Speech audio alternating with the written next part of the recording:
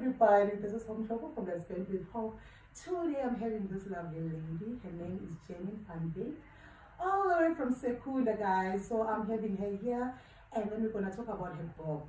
So Janine, how are you? I'm excellent. I'm good. If you can just tell my viewers a little bit about your background. Who's Janine? Where does she come from? And what really inspired you for writing this beautiful book? Okay. So I turned 40 last year, and I'm a mom and I'm an entrepreneur. Okay. So I'm a go-getter. I do a little bit of everything. So, but actually, I worked for a long period of time in the corporate world. Okay. And when I turned 40 last year, I said, no, it's time for something different. Yeah. And now your book is talking about I resigned. Personally, this talks about you, right? Yes. So were you working somewhere? We're not going to mention the name, obviously, but apparently you were working somewhere and you decided to resign. What was the real reason? Because I mean, you can see our economy. We are drowning. Yeah. And then you decide to resign. What was the real reason behind it?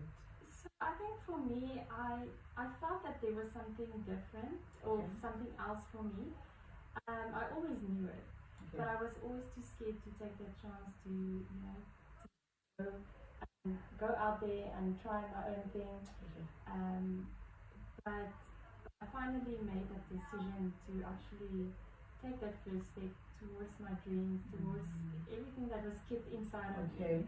Yeah, so I was working for a long period of time, like I mentioned previously, for the world, and I think it was the hours that got to me. It was long periods of hours that I just sat behind the desk and just work.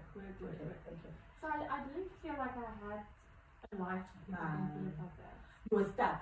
Exactly. So now when you started to resign and you never thought about money, you never thought like, when you get to, this does not work, you never thought about all this risk. What was going on in your mind when you like, I'm done with this? What was really happening to you?